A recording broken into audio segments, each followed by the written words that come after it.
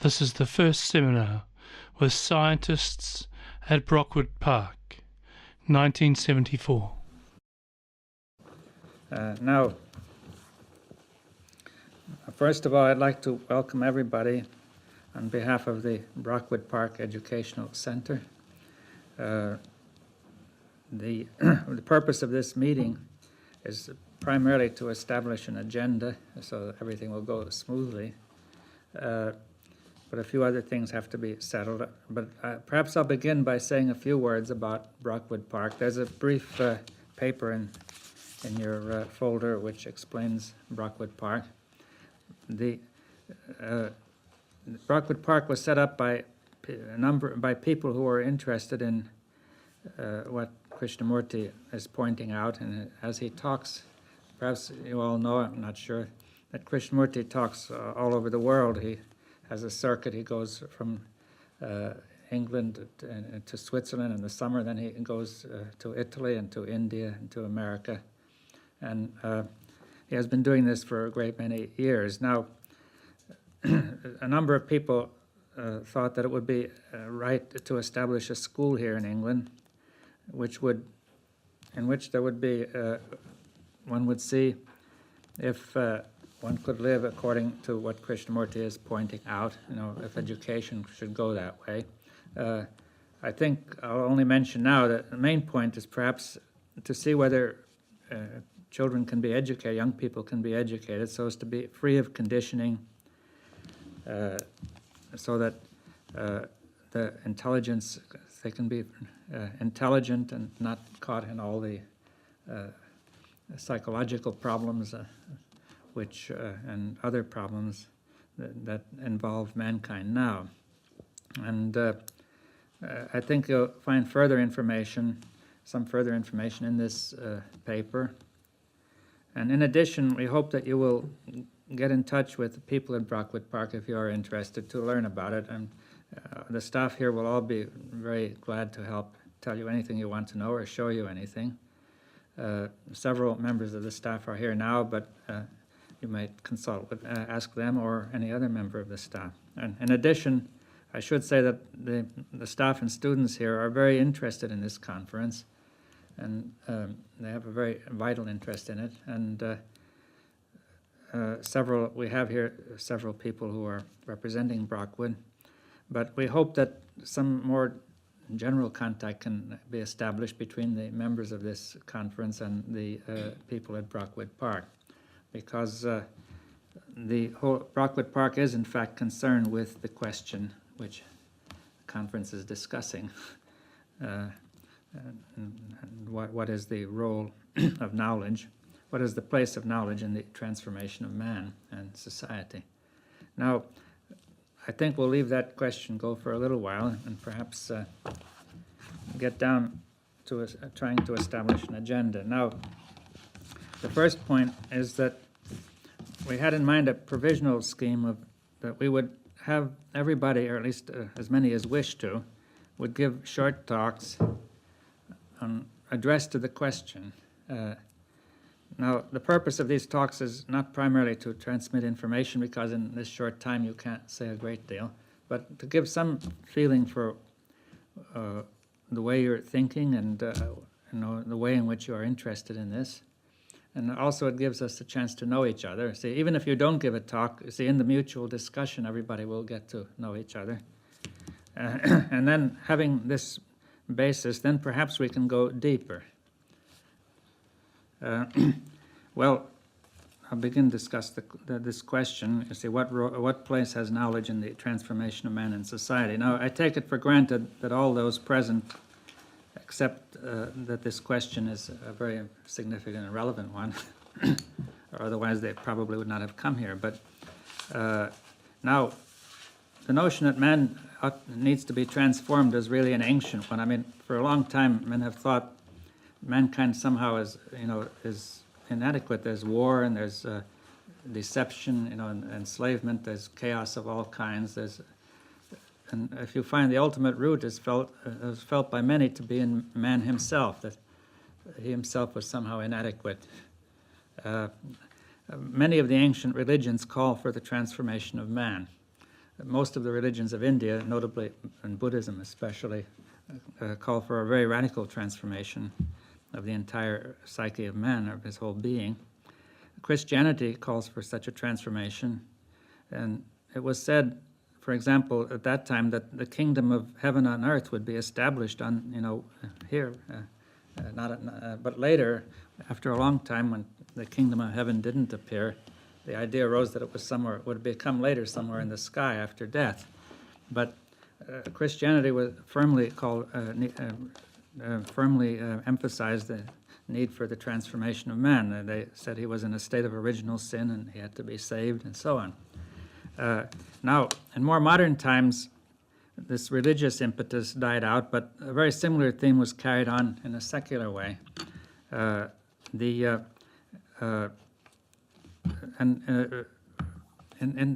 this secular form, it was felt that, well, perhaps I should also add that religion contained a certain form of knowledge, and that therefore religious knowledge was obviously considered to be a part of the process of transformation of man, the acquiring of the proper religious knowledge. Now, this was turned into the acquirement of secular knowledge in the form of science and technology and various other forms. Following the Renaissance. Now, I should say, first of all, that for a few men, it was felt that a certain kind of knowledge itself would be a transformation. For example, knowledge of the order and harmony of the world, of existence. I'd say a few men like Spinoza may have felt like this, and to some extent Einstein, who has said that the ordinary life is rather petty and confused and it doesn't mean much, but if men get together to study the universe, the order of the universe scientifically, then they really work together and they have a different spirit, and in a way they are transformed. Now, however, only a few people could participate in this sort of transformation, and for most people, scientific knowledge was thought to be important for its application. It would remove poverty and ignorance, and this, combined with technology and political change, would transform society and thus transform man. This was the theme of the more modern secular development.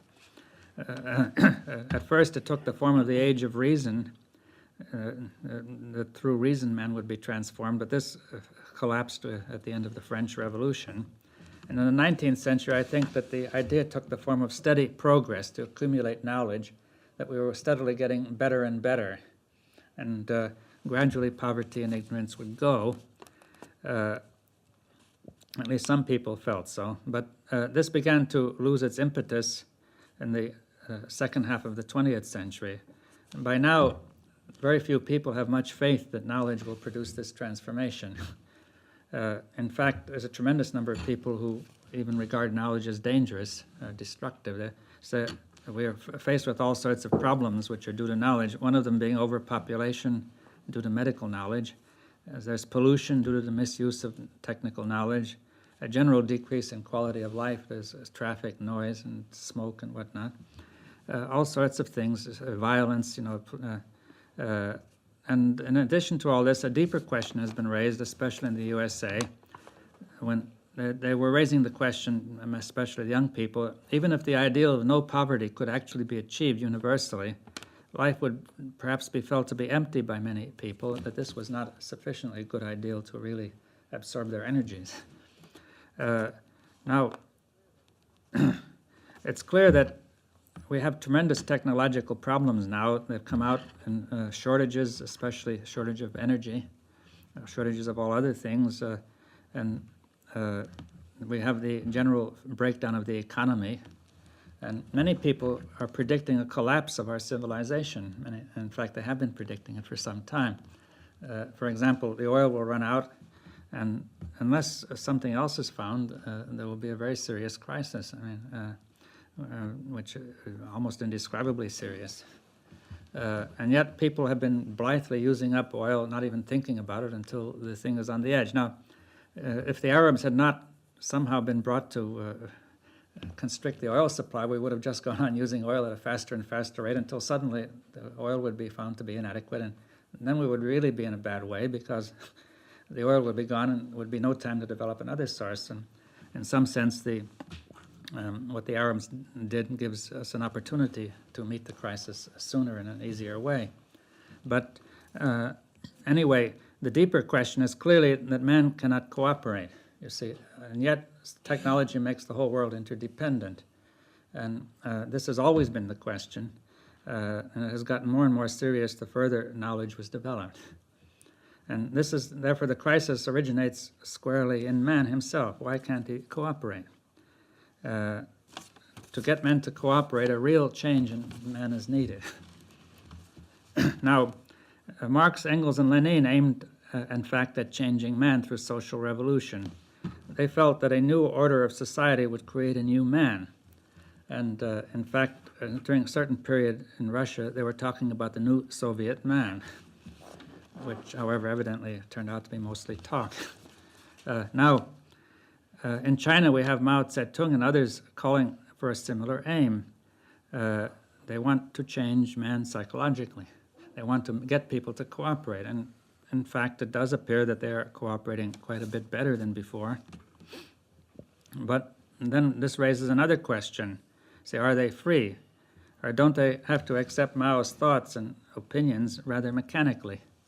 Now, I think that to do this destroys intelligence, and cooperation without intelligence is actually dangerous. You see, what will happen, for example, when the present generation of leaders dies and we must somehow get new leaders? Where will the intelligence come which is needed to do this? So what we need actually is to change man, not only to be cooperative, but he shall be free and intelligent all around. That's the change that's needed. Because mere cooperation can be very destructive.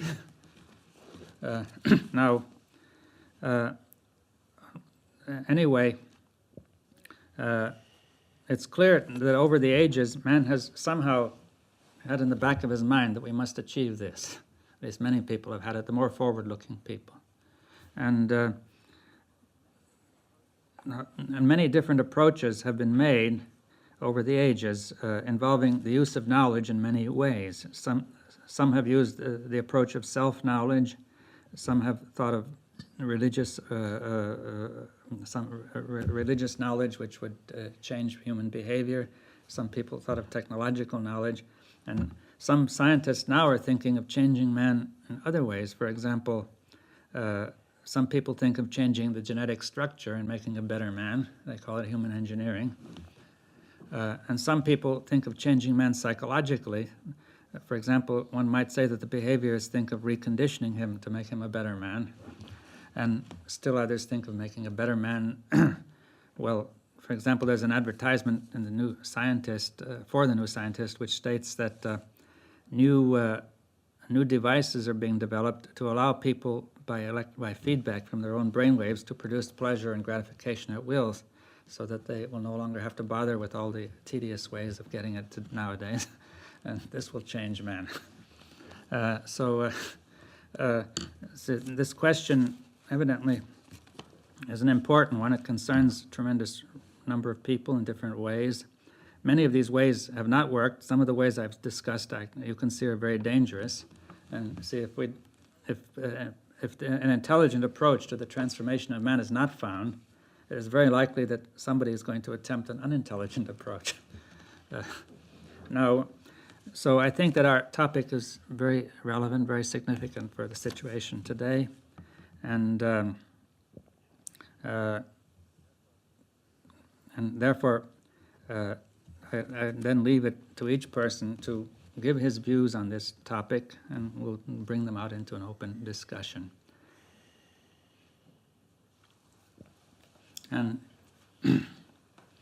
I think beyond saying also, that's the point which I forgot to say, that you might begin your talk by giving some idea of why you are interested in coming here, what in your background made you interested, sort of to weave that in somehow, so that we get an idea. This will give us all an idea about ourselves as well as about the topic.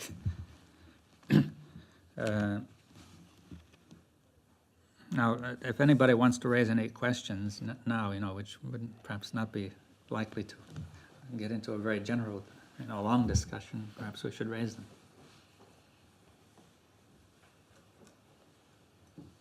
How are we going to manage our discussion so we know that what we're talking about, what one person is saying, the other persons understand? Oh. What kind of, Well, that's really the topic under discussion. You see, if this were achieved, that would be the transformation of man. we might start right here. Well, that's the whole point, that perhaps if we start doing things intelligently here, that's the seed of the transformation of mankind. Wherever anybody starts, that's the beginning.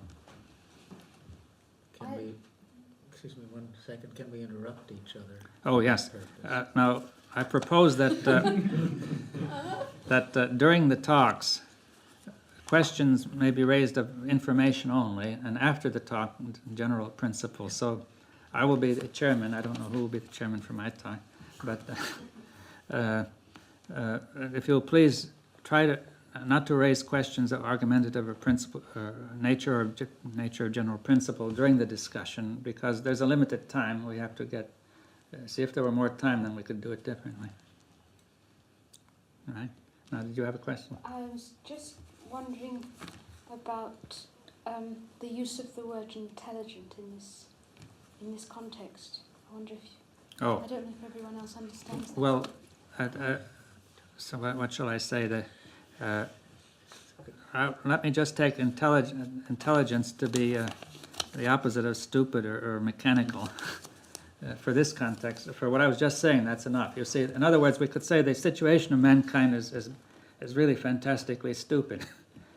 If you see what's going on, what has been going on for 5,000 or 10,000 years, there's been destruction without end over trivialities. Why are people engaging in this unending destruction? Because they belong to certain groups, and they say we want to gain what the others have, we don't like what the others, we don't agree with them, and therefore we have to destroy everything, you see.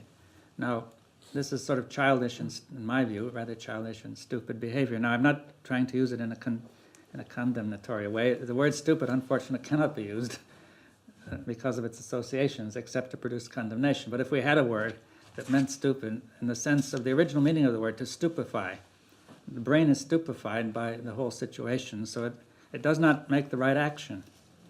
You see, if somebody, for example, has taken an excessive amount of alcohol, he cannot actually walk around in the right way, and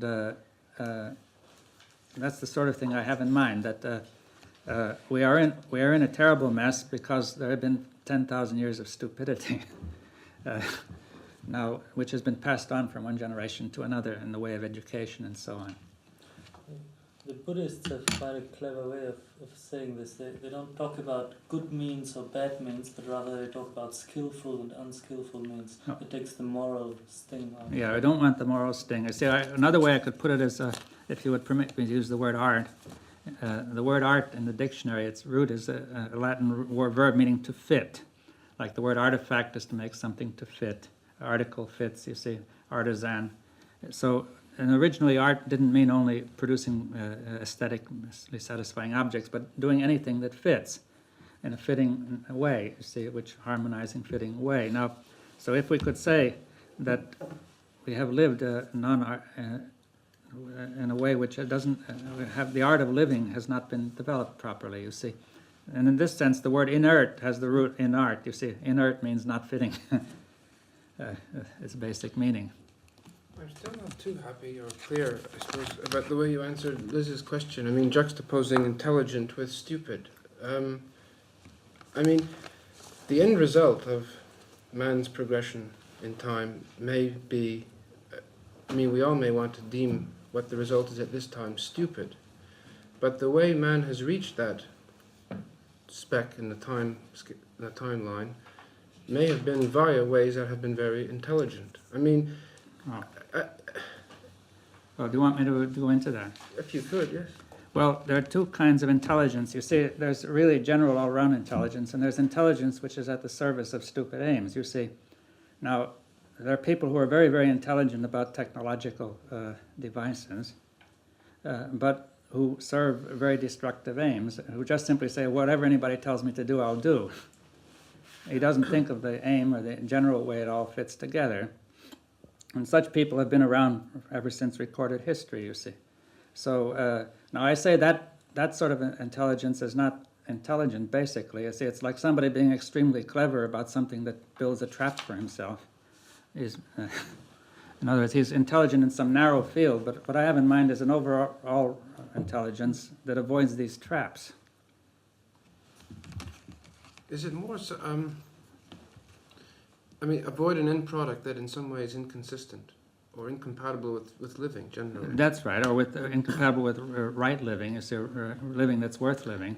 But you see, isn't there a danger? I mean, you just said in answering Fritjof that you don't want to, as it were, foist any moral overtones to what you're saying. Well, worth living, we are foisting, even at this point, some sort of normative tone, and it seems to me... No, it isn't normative, you see. Well, no, because, well, it's a word, but look, if you say that going on in some, say for thousands of years, man lived mostly in slavery. Now, most people were slaves, and their life was hardly worth living. The masters were being destroyed by being masters.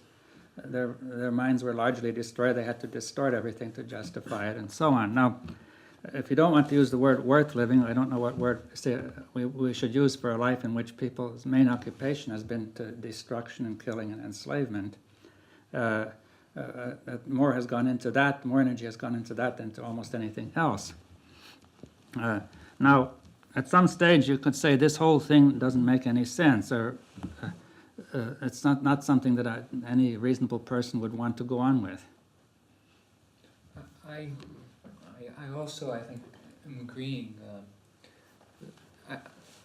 You're viewing history from a particular perspective. I don't think I can quite agree that the predominance of man's energy has been towards terribly destructive things. I think there are very many beautiful things that man's energy has gone towards too, and somehow that sounds out of balance to me. I don't think man has been as stupid as you're presenting him. Well, the destruction has dominated the beautiful things generally. You see, for example, people have made works of art for those who have become dominant and want to beautify their, their houses or whatever it is. Now, the science, a great deal of science was developed either for war or for profit of certain individuals with very limited purposes. Now, so a lot of beautiful things have been done. Well, let's just take, say, Einstein's work, which is very beautiful, and yet it has been its application is dominated by destruction. Now, and in fact, he himself said that if he had to do it over again, he wouldn't do it. He would become a plumber or something. Isn't it possible to say that the whole of evolution has gone on in this rather ambiguous situation, that everything that's developed has these twofold aspects? In spite of man's foolishness, he's evolved to an enormous extent over the last few thousand years. Is it reasonable to think that there is a way of life which will completely change this situation? Well, that's the suggestion, you see. That's what is meant by the transformation of man. Now, that's what we're discussing. Now, we're not going to... I don't propose that we settle the question right now. Could I ask another point? This discussion up to now in the title, man is in the plural as mankind in society, and we're talking about the possibility of transforming mankind, but there's another problem which to me is personally much more important. That's transformation of myself, the individual.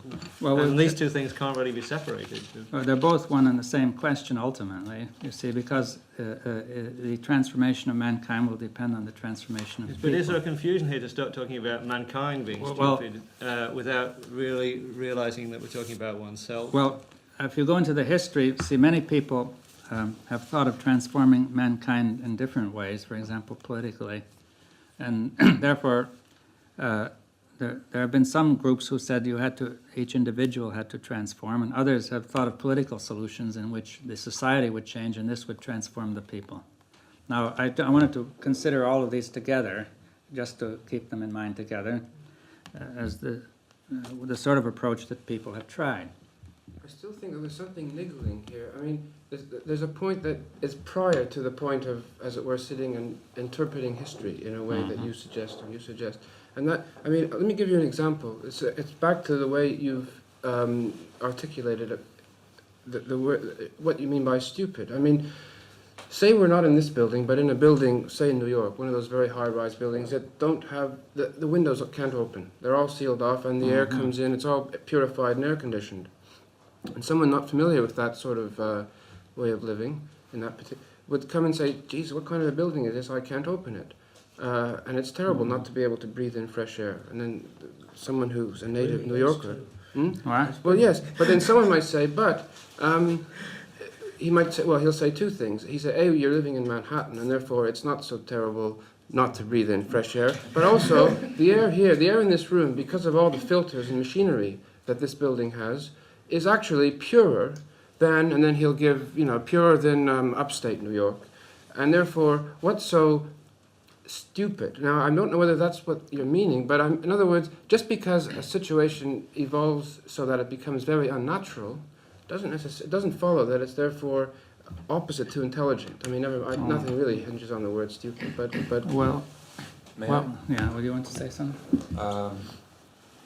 I think what David Bohm is saying in this situation is that if we don't learn to work together in the whole, then when the power goes off, those filters aren't going to work, and so that in the short run there's some demonstration of intelligence, but if we don't use that to look, in a long time span, that it may turn out to be short-run intelligence. Oh, I think we all agree on that very general kind of proposition or principle. But my question, I think Liz's and perhaps yours too, was more about, well, just what David meant by intelligent and intelligence. I mean, there are formal ways of articulating intelligence. I mean, that's part of what I've been doing for the past number of years, but I don't think you had that sort of thing in mind. Maybe you did.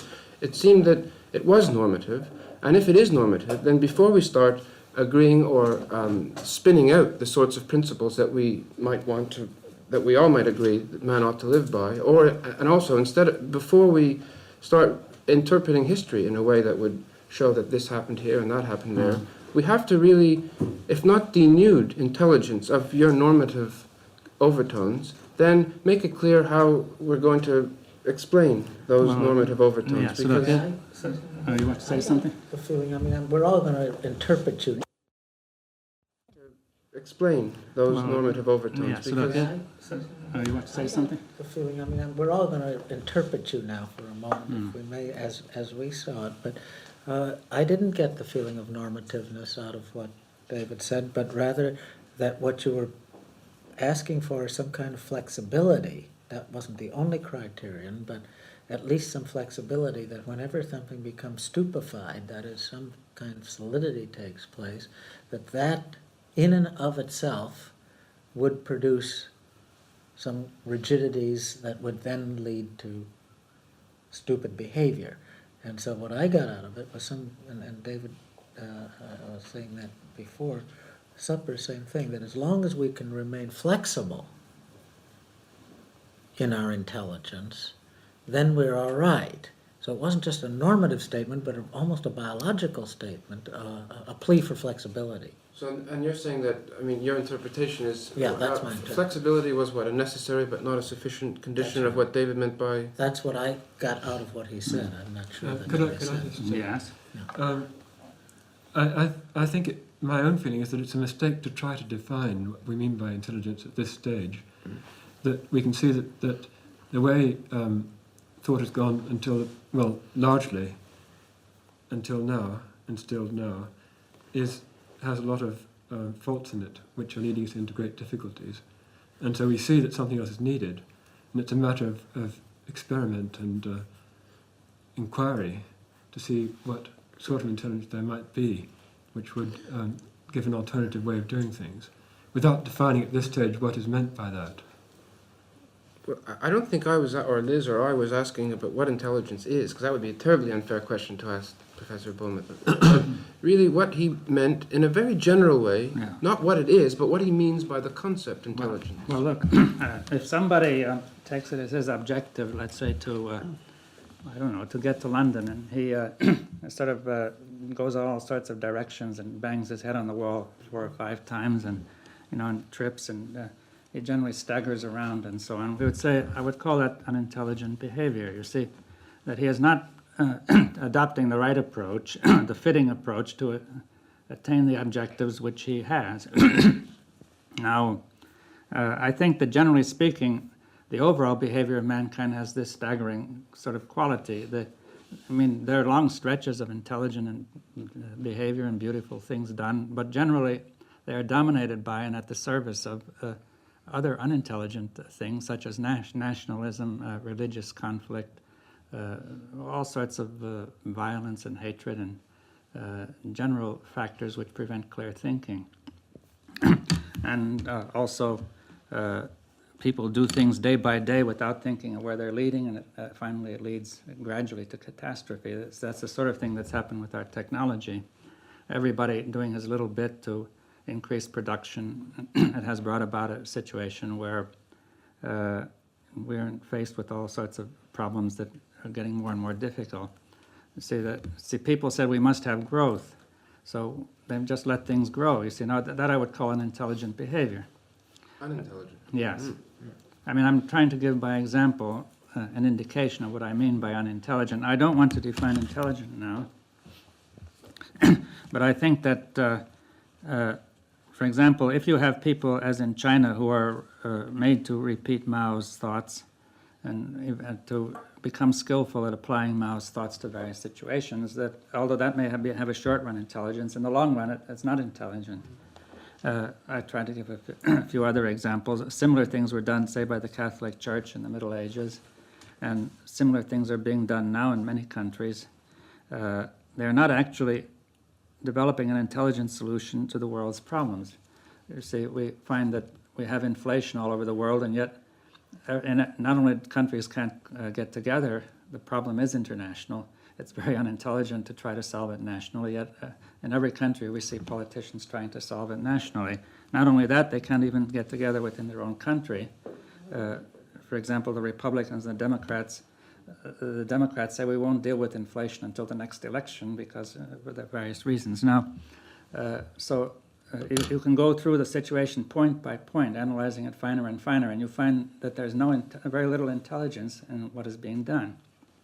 It is not relevant to the situation, what is being done. I wanted to say one thing about the title, not about this particular subject at this point, but I find some objection here in the sense we say, what place has knowledge in the transformation of man in society? And in a way, we've introduced the noun transformation, and we imply some sort of fixed state in both the way we use transformation and in the way we use man and society. And what we really, I think, are trying to talk about is what place has knowledge in the transforming process of a transforming process. In other words, considering man already as a transforming situation, a process that's always going in a certain direction, that we want to talk about the place of knowledge in those directional situations, to look at it more as a process rather than... Well, one could do that, yes. We only chose the title by some words which we thought people would be likely to understand. Perhaps if we used that, it would have been more accurate, but then I'm not sure it would have been more widely understood. See, the only purpose of the title was to bring the question before us. We needn't stick to it after this. There's one thing implicit in your definition which I just thought of in light of the discussion now, and that is if what you mean by intelligent is fitting, artistic fitting in the best sense of the word. Including logical, rational fitting. Right, in the best sense of the word. We still get back to the point, fitting to what? Well, and then you get into the problem that was raised earlier. What are the goals? What are the standards that we are setting? Are they normative? Are they biological? Or what are they? To which the behavior should be fitting? Well, I wonder if we could defer that question. You see, if you have a work of art, the question of what it fits cannot be defined. It's the whole thing may fit in harmony. Now, but I think in some general terms we could say that there are very few people who would regard the present situation as fitting anything that they think is worth fitting, you see. So by almost any standards you could take, there's something that doesn't fit in what's going on now. I don't want to try to define it better than that. Well, it could fit itself, in other But it words. doesn't really, because whatever objective is defined now, you find that that somewhere else somebody is doing the opposite. Right. Sure, maybe this is a way of setting out the difficulty. I mean, the examples you gave, going from here to London, and the other more specific examples, where you tried to throw light on what you meant by intelligent in terms of these specific activities, it's fairly easy and indeed reasonable to give the kinds of answers you were giving, because if I set off in the wrong direction, that wouldn't be fitting. If I zigzagged, that would not also be fitting. So when we're dealing with specific bits of behavior, I think what you said is all right. But then I suppose what we're here for is to discuss a much more general activity, and let's call it, for want of a better word, living, where the description of that is not at all specific. And that's why I think some of us have worries about thinking that describing the ends of this process, which we could call living, needs to be spelt out a bit more before we know what sort of process we have to start undergoing. In other words, if I didn't know the description of going from here to London, I wouldn't know whether zigzag would be relevant or irrelevant. Now, living is like when you say, do a specific activity, but don't give me the description. I wouldn't know what to do. Now, living might be more like that than like going to London. If you're making a work of art, you wouldn't want a description of what you were going to make before you made it, would you? If you're going to write a piano sonata, would you ask for a description of a piano sonata before you wrote it? No, I agree. Art is, but I mean, what if you asked me to prove a theorem? I'd know. If you asked me to solve a solution in most of the sciences, I'd know. If you presented me with a problem, I don't think so. I wouldn't agree. Would you? Not in the sciences, I wouldn't think so. Well, I mean, there are activities which I could. I mean, look, we could all set each other activities, which in our own labs we could go and do. I mean, you know, in other words, the description is specific in that sense. Now, my only point is that living can't be given that sort of a specific description. Somebody else wants to say something. I think we'll have some time to be more specific about what we mean by knowledge. And I think what Julian and most of the people recently were talking about when they say intelligence, or when you say intelligence, we were talking about some kind of rational knowledge that mankind has developed in an evolutionary way. Now, this knowledge was necessary to survive and was developed for survival. And characteristically, it is based on abstraction, and it is based on a linear type of thinking, and it is based on a fragmentary type of thinking. I know that you are very concerned with these questions, and maybe the psychologists could give us some or physiologists could give us some physiological basis by telling us what you can say about the brain, that only a small part of the brain is involved in this kind of knowledge. Now, this kind of knowledge was necessary to develop it to survive, but now we seem to have arrived at the point where we have gone sort of beyond the culmination of it, and what we need now to survive is a very different kind of knowledge, a more holistic kind of knowledge, which is not rational, or not only rational, but is intuitive and much more akin to mystical knowledge and religious knowledge. Well, that's one. We could base the discussion. I think we're sort of framework. anticipating some of the things which will come up in the discussion. You see, this is one of the difficulties. Now, perhaps we could try to. I could try to answer the question by saying this: that I presume that everybody who is alive wants to go on living and wants the next generation to go on living. But we are following a procedure which, while people say they want to go on living, it is directed towards death. You see, now it doesn't seem to make sense. Now, by any standards you could take as to what is intelligence, that people say they want to live, and yet what they do is very likely to lead to destruction. It has led to immense destruction already. We have the mechanism for destroying practically everything alive today. It is the result of the beautiful work of Einstein, partly. And every creative discovery is turned toward a destructive end. The creative discovery, it's implicit in it that it should be used for the benefit of mankind. It isn't being used for the benefit of mankind, but we don't find anybody who says it shouldn't be used for the benefit of mankind. Everybody says, every politician and everybody says we want mankind to benefit, but we also want ourselves to benefit, our little group to benefit. We want, and so on. And these objectives don't go together. And people have not seen that they don't go together, not because their brains are not capable of it, but because their brains are too stupefied by self-interest and by thousands of emotions. That's a But much also, better I think, What? also because they're That's a much better answer. I mean, formally, much better answer than the one you gave before, because Well, it was implicit. I mean, I'm sorry if I didn't make it explicit enough. no, but, now you could. You could link up what you were talking about vis-à-vis activities and say that unintelligent behavior is any behavior which, if generalized, will eventually lead to death. Well, that's not necessarily so. It leads to death or suffering or to something which people will generally admit to be that they don't want it. And which probably, in some other way, could be described in a non-normative way, which would also be... Yes, well... All right. Oh, good. I mean, I think that we're not in basic disagreement. See, this is one of our problems is going to be language. Everybody uses words in a different way. Now, if I could make a suggestion that we try to appreciate each other's ways of using words, what is implicit, you see? And since we're all from different fields and have different personal histories and so on, we're all going to be using words in rather different ways. Those who know each other will have already understood each other's ways of using words. Those who don't. Well, that's perhaps one point we should keep in mind. But I hope that I've made a sufficiently clear preliminary description of what our objective is. Then. Could I enter a plea, just a plea for someone to include something in his paper, because I know I have a weakness that I'm about to describe, and maybe other people have my same weakness. I mean, because I'm basically a philosopher of science, and I use logic more than any other way of reasoning. I mean, when you use the word knowledge, I tend almost automatically to think in terms of propositional knowledge. That is, statements which are mirrors of propositions which are capable of having a truth value.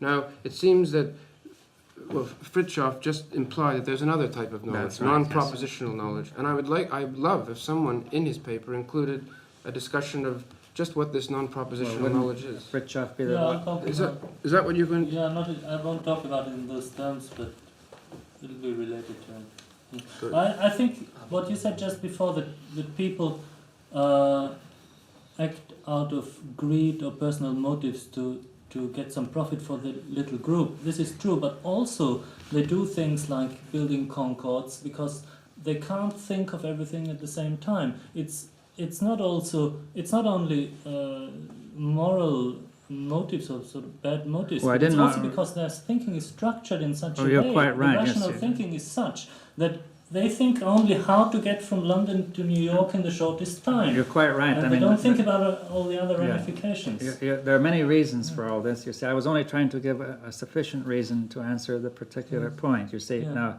as we go along, we'll raise all these other things. I didn't want to go into too much detail right now.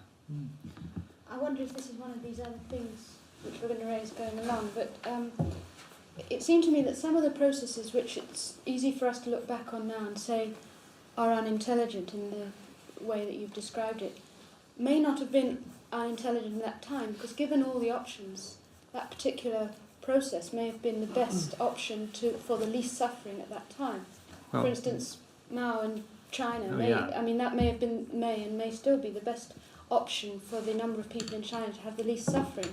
I agree that may be so in that context. But it seems now that maybe the problem is that there isn't enough flexibility to see that we're in a dynamically changing situation and environment the whole time, so people don't change from a situation that was at one time a very intelligent option. Yes, well, that's another way of looking at it, that people have made steps which were intelligent for that situation, and then they remained mechanically attached to that way of doing it.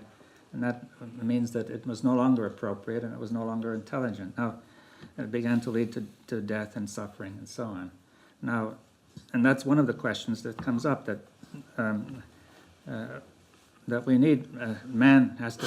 Now, the point I tried to make is that man has been this way for thousands of years, just doing the sort of thing we've been talking about, right? And therefore, the transformation of man would include, in part, a new man who would not be attached to his ideas. His mind would change far more dynamically and meet the new situation. And therefore, it would no longer be necessary to say this is the best that can be achieved for the time. You see, let us put it that Mao did the best he could for the time because he had to work with people whose minds were very rigid, could only go a certain distance, and that was the most he could do with such people. But if people have a far more flexible, fluid, transforming mind, then much more can be done. Might the discussions be sufficiently wide even to entertain the question whether your basic proposition was in fact right? That is mankind stupid? I don't say it's intrinsically. Or unintelligent, in the sense that fitting things to existing things is part of wisdom. And one possible way of viewing transformation of man is not to alter, go around and change the conditions, but to deal with the conditions in a manner in which you could deal with it. That is, you float with, when you are surfing, you move with the waves. You don't go against it. When you want to cut a road, you cut it along the contour rather than go. So that the transformation could be internal, the revolution could be internal in the perspective, the parallax motion, rather than actually going from one place to another place.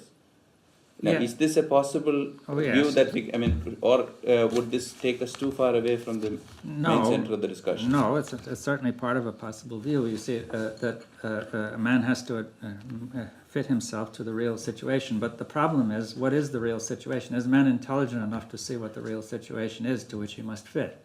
If man is not intelligent enough, he is too stupefied. I don't mean to say that he is intrinsically unintelligent, but some things have stupefied him. And I'm not putting any moral sense in it if I can help it. And therefore his brain isn't quite working with the freedom that it might. And therefore he does not actually see the reality to which he must fit. Therefore he makes a movement that doesn't fit. This is the problem.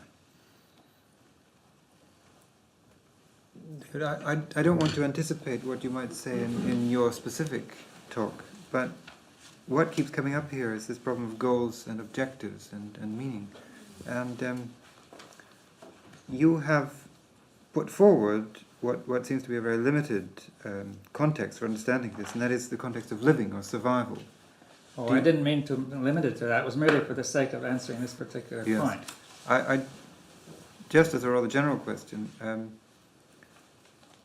would it be the case that you would feel it necessary to unfold some kind of direction? Transformation implies goal, and direction and objective. No. Direction is not goal. Different. Transformation involves movement and or process, as you put it. Yeah. And the real question is, do we need to know where we're going in order to behave intelligently?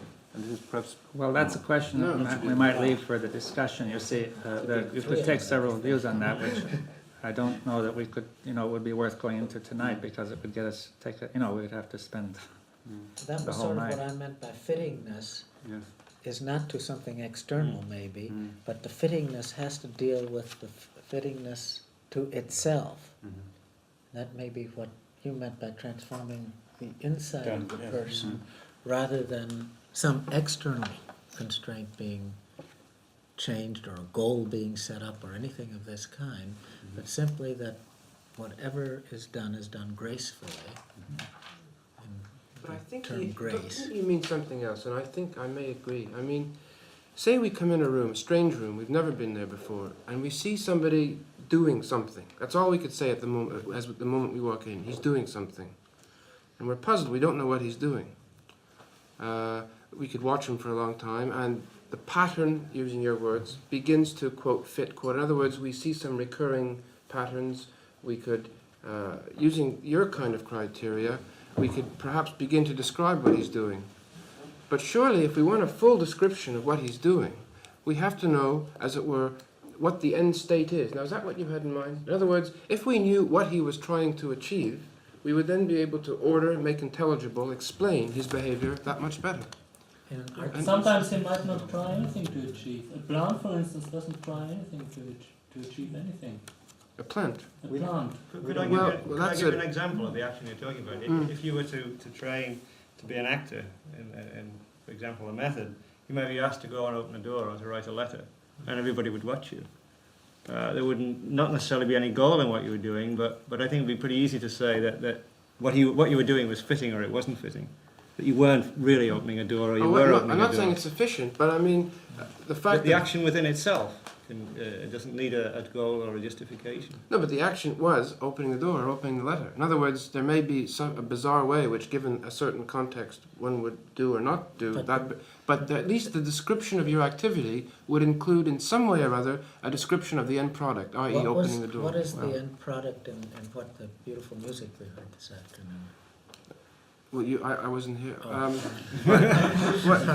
Playing or, well, Yeah, it's quite simple. Okay, he was playing, I think, because I sat someone next to me. Beethoven sonata and so on. Right, he was playing Beethoven. So his intelligent behavior was playing that symphony, but what about Beethoven's original statement? Yes, if you want to go into all that, you see, the question is whether a creative action is possible, which is predetermined beforehand as to its goal. Now, I would suggest it's not, that there's a certain category of actions that can be determined. But the transformation of man would, in my view, be a creative act that is not entirely predetermined or, knowable beforehand. But I would have preferred to, leave that come out more gradually. Surely it's worth noting that there's a tension here, and I think it's a little clearer in my head. I mean, I agree if one starts talking about artistic activities or activities which are in some way or other non-propositional, you're talking about something which is A, harder to talk about, and B, of a quite different order of the sort of thing that this gentleman beside me was meaning. Because there are, the sorts of activities which at least you, David, began to describe, i.e. those activities which are eventually leading to destruction, were propositional.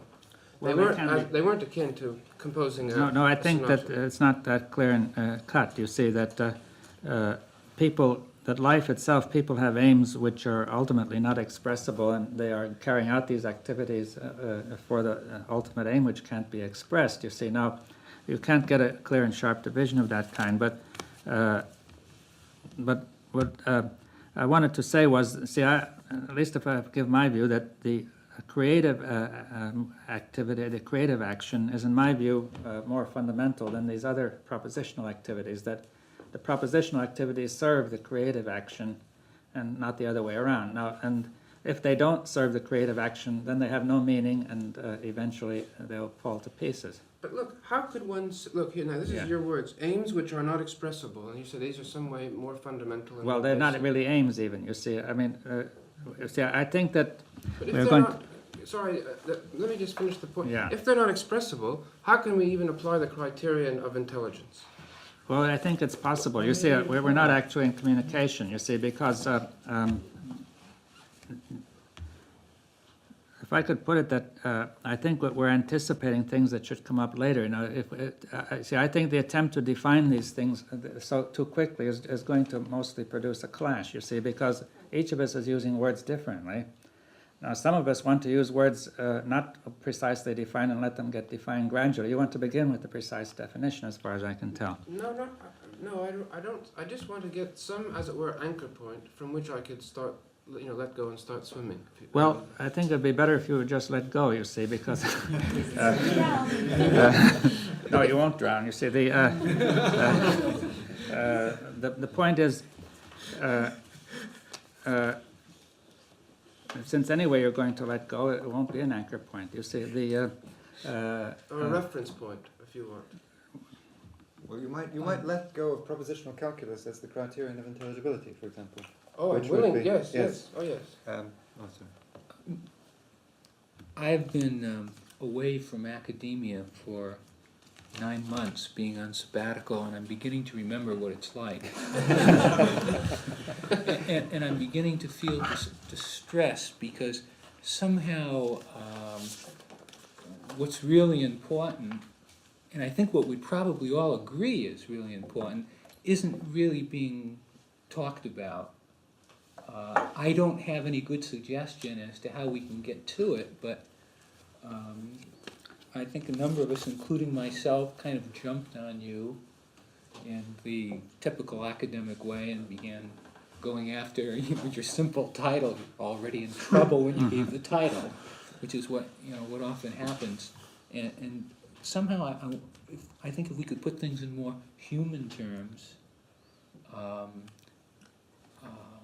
more relevant to ourselves as people, we might make better progress than discussing in more formal terms as we've been doing. Yes, well, look,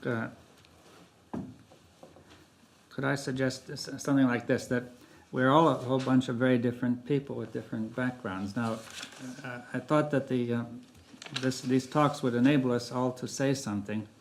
And the main point is not exactly what we say, but rather if people would listen to each other and try to pick up the gist or the essence of it and discuss that. You see, not trying to define exactly, because everybody's got a different way of using language, and in different fields there are different ways and so on.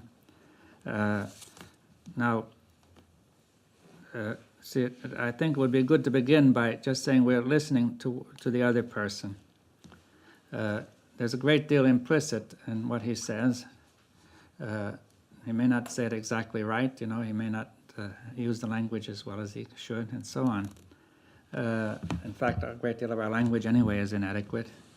And so somehow we'll try to say what we can. And if everybody would listen, and see, that's why I say you should also try, as we were suggesting, to tell why you're doing it, what's in the back of your mind and so on, and give some sort of background. And maybe after we give all these talks, and then we can, having a somewhat better idea of everybody will have some idea of what's in the mind of other people, and we can then begin to open out. But I think that if we try to get into this sort of discussion at the beginning, we won't get very far, because you will find there are 20 people here using language different ways, and everybody is going to put terms which are not going to be clear to everybody else. Now, there is a difference between the technical approach and the artistic approach to the world. The artistic approach begins with a sort of a general, if an artist is learning to draw something, he makes a very general view first, and then he gradually articulates it in another picture and another one. He doesn't try to begin with the precise picture, you see. Now, I think this is what we need here, because, you see, life as a whole is too broad for a technical approach. See, the technical approach is possible for limited problems. And if we could try, see, in some way I think that it's an experiment. All these different people, all of us, are going to have somehow to communicate. We are faced now with the same problem, which is the problem of the world. Because of the same sort of difficulties that we have are behind the troubles of the whole world. Now, therefore, we have to look at this thing more deeply and say we ourselves are involved in the troubles of the world, because we are involved in the inability to communicate. And in fact, we are the inheritors of all those troubles, because each one of us has been conditioned in a different way by this confused background of the world. You see, so each one of us talks differently, and then we can't somehow manage to communicate. That's already the beginning of the problem. Well, perhaps if I could leave it at that, because I think the hour is getting late.